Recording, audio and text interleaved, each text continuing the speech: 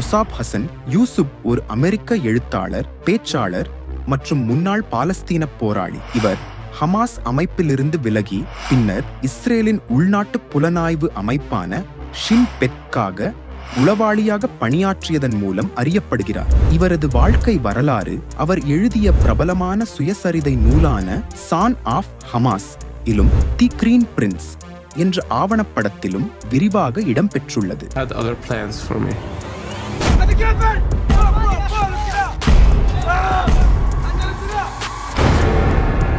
மொசாப் 1978ஆம் ஆண்டு மேற்கு கரையில் பிறந்தார். இவரது தந்தை ஷேக் ஹசன் யூசுப் முஸ்லிம் பிரதர்ஹுட் இயக்கத்தின் தலைவராகவும் பின்னர் 1987இல் ஹமாஸ் அமைப்பின் முக்கிய நிறுவனர்களுள் ஒருவராகவும் இருந்தார்.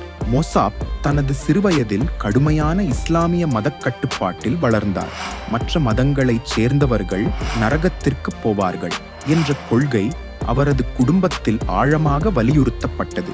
பள்ளி, தெருக்கள், பள்ளிவாசல் என அவர் சென்ற இடங்களில் எல்லாம் அரசியல் வன்முறை, தாக்குதல்கள் மற்றும் உயிர் இழப்புகளை நேரில் கண்டார்.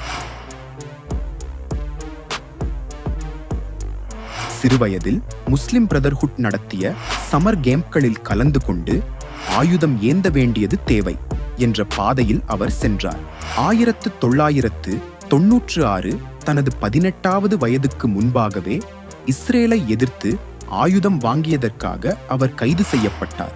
கைது செய்யப்பட்ட போது இஸ்ரேலிய இராணுவத்தினரின் தாக்குதல்களையும் அவர் அனுபவித்தார்.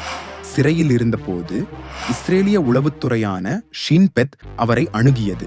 ஆரம்பத்தில் இரட்டை முகவராக நடிக்க வேண்டும் என மொசாப் எண்ணினார்.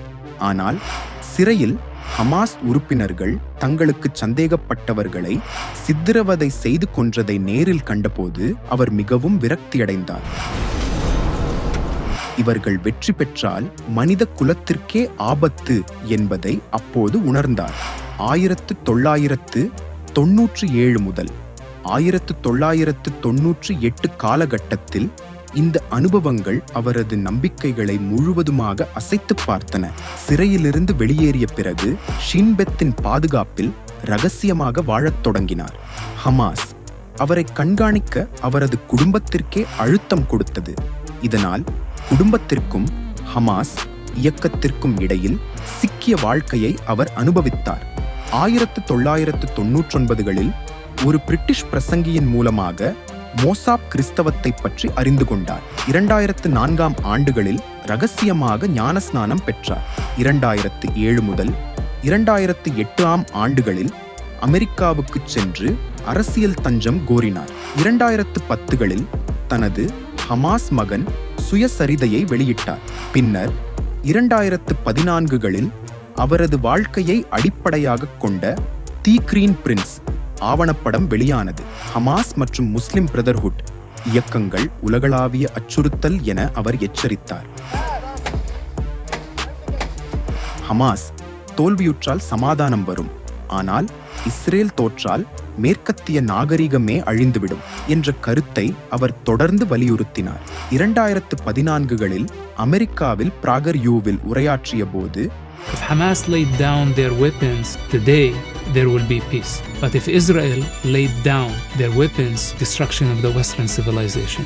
ஹமாஸ் தனது குழந்தைகளை மனித கேடயங்களாக பயன்படுத்தியது. ஹமாஸ் தனது ஆயுதங்களை இன்று கைவிட்டால் அமைதி வரும், ஆனால் இஸ்ரேல் தனது ஆயுதங்களை கைவிட்டால் மேற்கத்திய நாகரிகம் அழிக்கப்படும் என்று தெரிவித்தார். மொசாப் ஹசன் யூசுப் சிறுவயதில் மதவெறியால் உருவாக்கப்பட்ட ஒரு போராளி.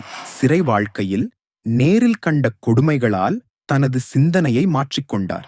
இஸ்ரேல், ஹமாஸ், குடும்பம், மதம் என அனைத்திலும் விரக்தியடைந்த அவர் இறுதியில் இயேசு கிறிஸ்துவை அறிந்து கொண்டு அமெரிக்காவில் தஞ்சம் பெற்று எழுத்தாளராகவும் பேச்சாளராகவும் மாறினார். Because I am not ashamed of saving human lives. You should be ashamed for taking the side of terrorists. அவரது பயணம் 1978 முதல் 2024 வரை மதம், அரசியல், வன்முறை மற்றும் நாகரிகத்தின் எதிர்காலம் குறித்த உலகத்திற்கான ஒரு முக்கிய எச்சரிக்கையாகும்.